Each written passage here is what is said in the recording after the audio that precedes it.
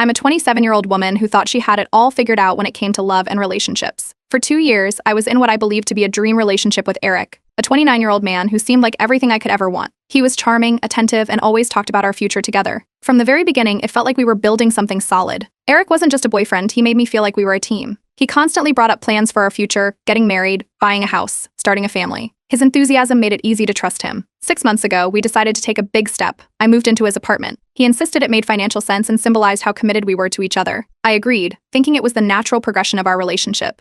Living together started off great. We split the bills for rent and groceries evenly, but Eric handled the larger savings account we were building for our future home. I didn't question it at the time. He had always seemed responsible with money. I thought we were planning for a life together, so it only made sense to let him take charge. He even introduced me to his family early on in the relationship, and they were incredibly welcoming. His mom was especially sweet, always talking about how she hoped I'd be part of the family one day. Looking back, it felt like I had their approval, and that only deepened my trust in him. But over the last few months, things began to shift. Eric started pulling away. Date nights became rare, and he seemed distracted even when we spent time together. When I tried to talk about the future, he'd brush it off or change the subject. I told myself he might be stressed about work or something he didn't feel ready to share. Then came the fight. It wasn't even over anything serious, just a misplaced laundry basket. Eric exploded, snapping at me in a way that felt completely out of character. I was stunned. He stormed out of the apartment and didn't come back for hours. After that, things only got worse. For the next few weeks, Eric was distant, cold, and avoidant. He'd barely talk to me, and when he did, it was short and dismissive. I felt like I was living with a stranger. I kept wondering what I had done wrong, but every attempt to get him to open up was met with silence. Then, one night, everything fell apart. Eric came home and told me, out of nowhere, that he was ending our relationship. He didn't give me a real reason, just some vague line about needing space.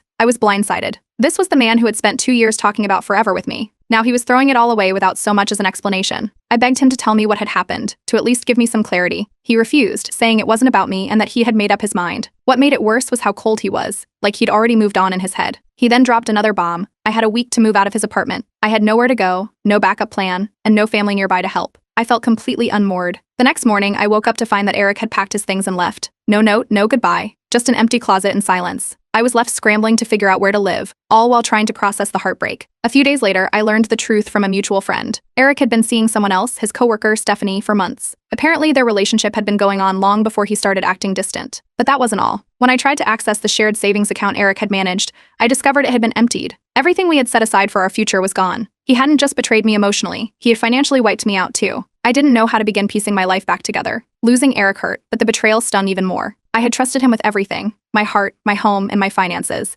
and he had left me with nothing. But one thing was clear, I wasn't going to let him walk away from this unscathed. I decided to fight back, to take control of my life again. If Eric thought he could betray me and move on without consequences, he was about to learn he was very, very wrong. Update 1. When Eric vanished, I was left scrambling, not just for a new place to live, but for answers. My best friend Clara was my rock through those chaotic first few days. She showed up with coffee and a suitcase full of spare blankets when I needed them most. As I unpacked what little I had in the guest room of her apartment, we started piecing things together. My first instinct was to reach out to Eric. I didn't want to fight or beg, I just wanted closure. But every text I sent was either ignored or met with short, dismissive responses. Calls went straight to voicemail. It was like I had been erased from his life overnight. Clara suggested letting it go, but I couldn't shake the feeling that something wasn't adding up. That's when the pieces started falling into place. A mutual friend who had stayed silent during the breakup finally reached out. They confirmed that Eric had been seeing Stephanie, a coworker I'd met once or twice, for at least 4 months. It wasn't a fling or something that started after we ended. He had been cheating on me for nearly half our relationship. I didn't want to believe it, but then Clara showed me something on her phone. Eric and Stephanie had gone public on social media.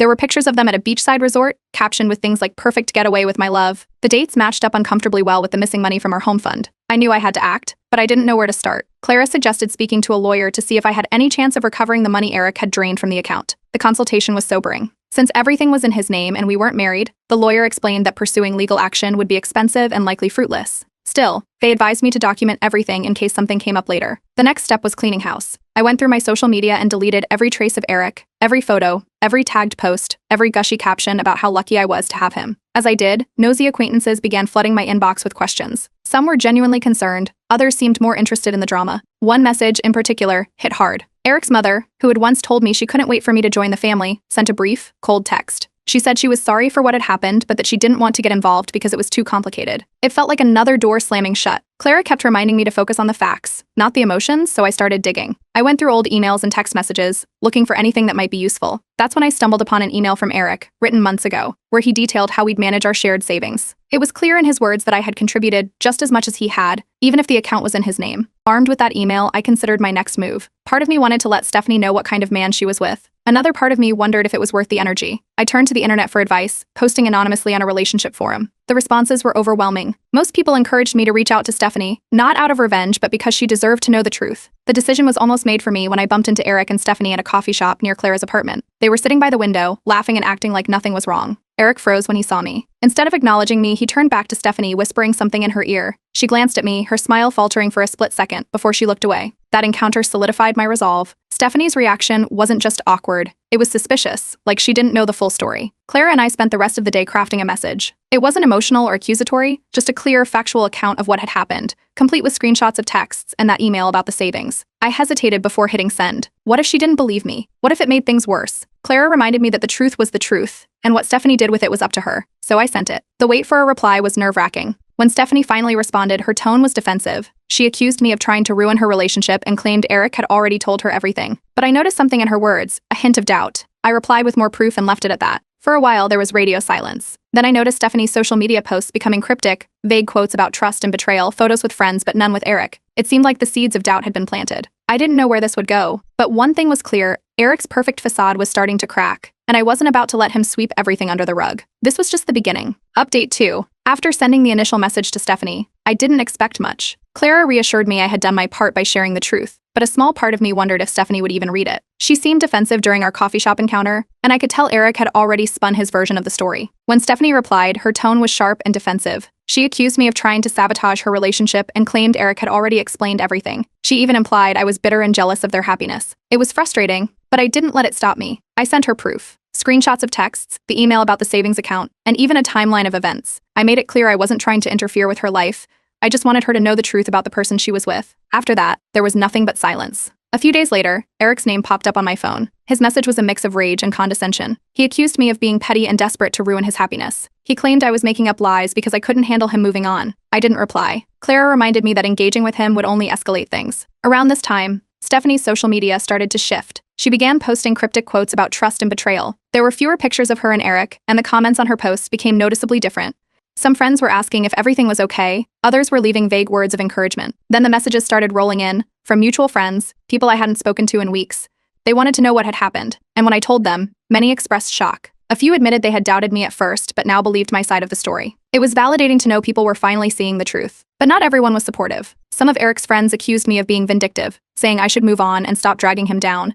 They painted me as a bitter ex who couldn't accept the breakup. It stung, but I focused on the people who stood by me. Meanwhile, finding a new place to live was proving harder than I'd anticipated. Between moving costs and the money Eric had stolen, I was barely scraping by. I kicked myself for trusting him so blindly, but there wasn't much I could do, except push forward. A week after my initial message, Stephanie reached out again. This time, her tone was different. She admitted she had been questioning Eric but needed more proof before confronting him. It was exhausting to relive everything, but I decided to help.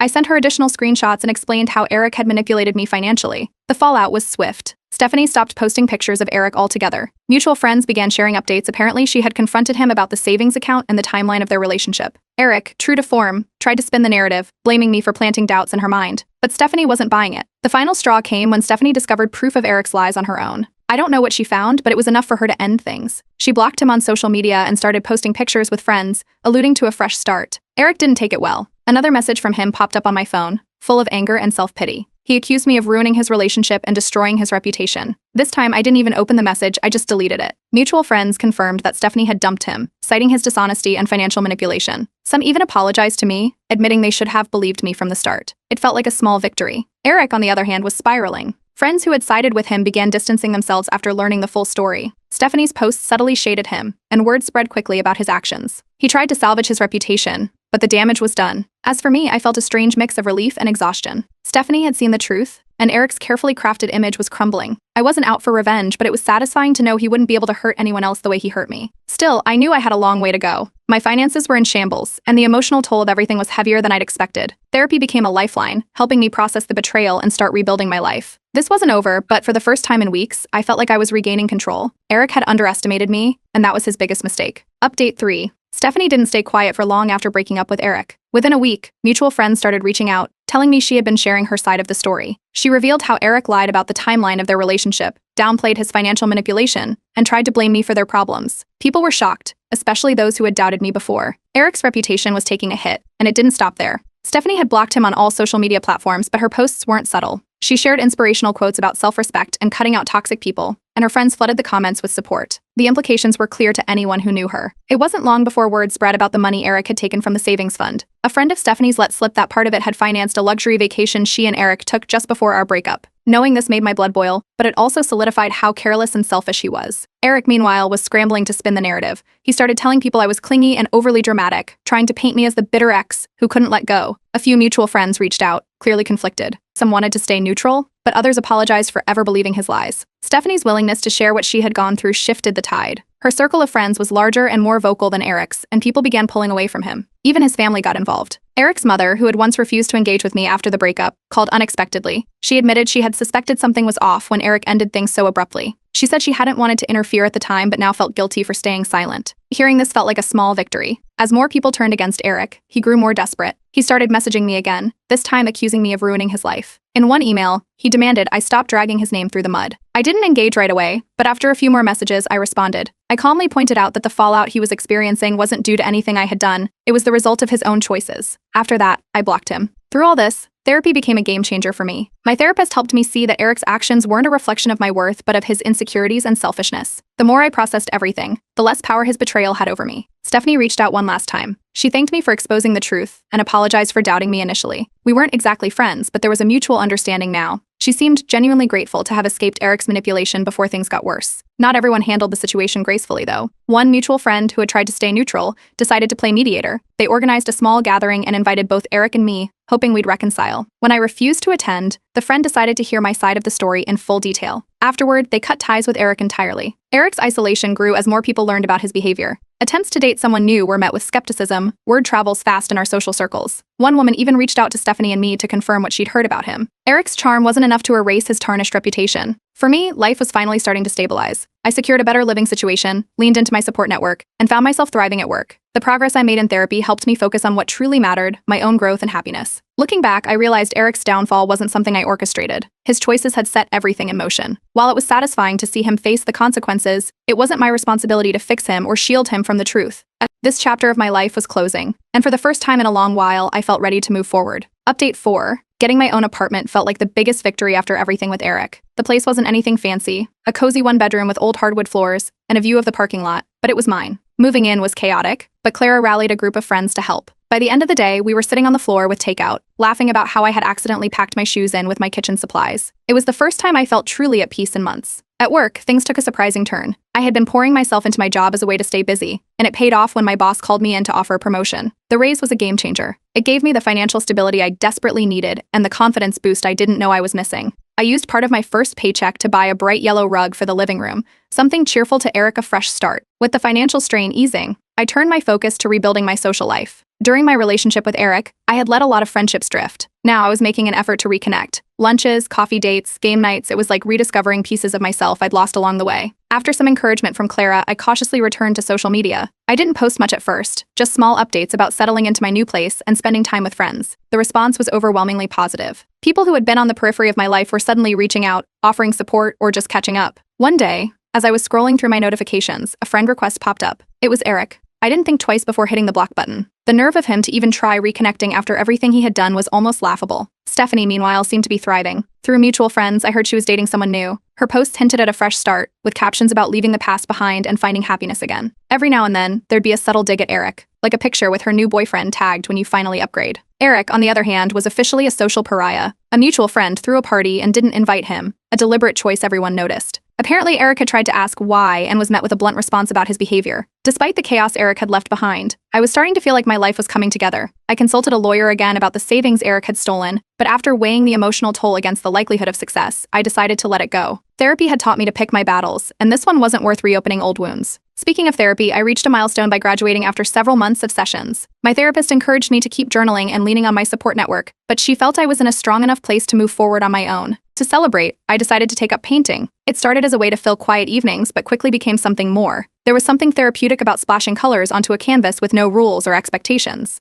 I even signed up for a community class, where I met people who shared the same enthusiasm for creating. As I grew more comfortable in my new life, I dipped my toes back into dating. I wasn't looking for anything serious, just testing the waters. The experience was eye-opening. I'd never been more aware of red flags, and for the first time I felt confident about setting boundaries. Eric, meanwhile, wasn't faring so well. A friend of a friend mentioned seeing him at a bar, drunk and ranting about how his life had fallen apart. It seemed like the consequences of his actions were finally catching up to him. Back in our shared social circles, Eric had become the punchline to a lot of jokes. References to his financial betrayal started popping up, and people were quick to call out his hypocrisy whenever he tried to justify his behavior. One quiet evening, I pulled out my journal and started reflecting on how far I'd come. I wrote about the whirlwind of emotions, the heartbreak, and the lessons I'd learned. Then, almost without thinking, I wrote a letter to my past self. In the letter, I forgave myself for trusting Eric. I acknowledged that I had acted out of love and hope, not weakness. More importantly, I promised to never lose sight of my own worth again. As I sealed the letter and tucked it away, I felt a wave of calm. My journey wasn't over, but I was finally in a place where I could look ahead without feeling weighed down by the past. Every small victory, a new hobby, a kind message from a friend, a sunny afternoon spent painting, felt like another step toward reclaiming my life. Update 5. Months after settling into my new life, I ran into Eric. I was at a coffee shop, waiting in line, when I noticed someone staring at me from a corner table. It took a second to register that it was him. He looked disheveled, messy hair, dark circles under his eyes, and an outfit that seemed thrown together. As I grabbed my coffee, he got up and walked over. He started to say something, but I didn't stick around to hear it. Without a word, I turned and walked out. I didn't need an apology, explanation, or closure. That chapter of my life was over, and I wasn't about to reopen it. A few days later, I received an email from him. It was long and filled with excuses. He took partial responsibility for what had happened, but mostly blamed circumstances and how things got complicated. I didn't even finish reading it. I clicked delete and moved on. By then, I had already started seeing someone new. It wasn't anything serious at first, just casual dates with someone who respected my boundaries and made me laugh. Over time, it grew into something more. He didn't make grand promises or try to sweep me off my feet. He just showed up consistently and treated me with kindness. It was refreshing and reminded me of what a healthy relationship should feel like. Stephanie, too, was thriving. Through mutual friends and social media, I learned she had landed a big promotion at work and was dating someone who seemed to adore her. Her posts were filled with travel photos and motivational captions about growth and resilience. It was clear she had left the chaos of Eric behind and was living her best life. Eric, on the other hand, was struggling. Rumors began circulating that he had lost his job. Poor performance and financial issues were apparently to blame, and he had burned too many bridges to find support. His once pristine image was now tarnished, and he seemed to be floundering both professionally and personally. As my life continued to improve, I decided to share my journey on social media. I wrote a post about overcoming betrayal and finding strength in the aftermath. I didn't name names or include specific details about Eric, but the message resonated. Comments poured in from friends and acquaintances who found my words inspiring. It felt empowering to turn my pain into something positive. Some of the people who had distanced themselves during the drama began reaching out. They apologized for not believing me sooner, or for staying silent when they should have spoken up. Slowly but surely, I rebuilt those connections, adding even more strength to my support network. Feeling a pull to give back, I started volunteering at a local shelter. It began as a way to fill time, but it quickly became a meaningful part of my routine. Helping others reminded me of how far I had come, and gave me a sense of purpose that extended beyond my own healing. One evening, I went through an old box of letters and mementos from my time with Eric. Love notes, movie ticket stubs, and photos, all reminders of what once was. Instead of holding on to them, I decided it was time to let go. I burned everything in a small ceremony of sorts, watching the flames erase the past. It felt like lifting a weight off my shoulders. My career was also thriving. My hard work was recognized in a company newsletter, featuring me as an example of resilience and dedication. It was a proud moment, and I celebrated by treating myself to a fancy dinner and a new outfit for work. Eric's final attempt to reach me came in the form of another message. This time, it was a short apology filled with regret and what sounded like genuine remorse. I didn't read beyond the first line. I had no reason to revisit that part of my life, so I deleted it without hesitation. Inspired by my journey, I decided to share my full story on Reddit. The response was overwhelming. People from all over shared their own experiences, offered support, and praised me for how I handled everything. It was a reminder that I wasn't alone and that my story could help others find their strength. With my past firmly behind me, I started planning a solo trip abroad. It felt like the perfect way to celebrate my independence and growth. A week in a new city, exploring, meeting people, and making memories on my own terms, it was exactly what I needed. As I packed for the trip, I took a moment to reflect on how far I'd come. What started as heartbreak and betrayal had turned into a journey of self-discovery and empowerment. I was no longer defined by what had happened to me. Instead, I was proud of how I had rebuilt my life, stronger and more confident than ever. This wasn't just the end of one chapter, it was the beginning of something new. I was ready for whatever came next, knowing that I had the strength to handle it.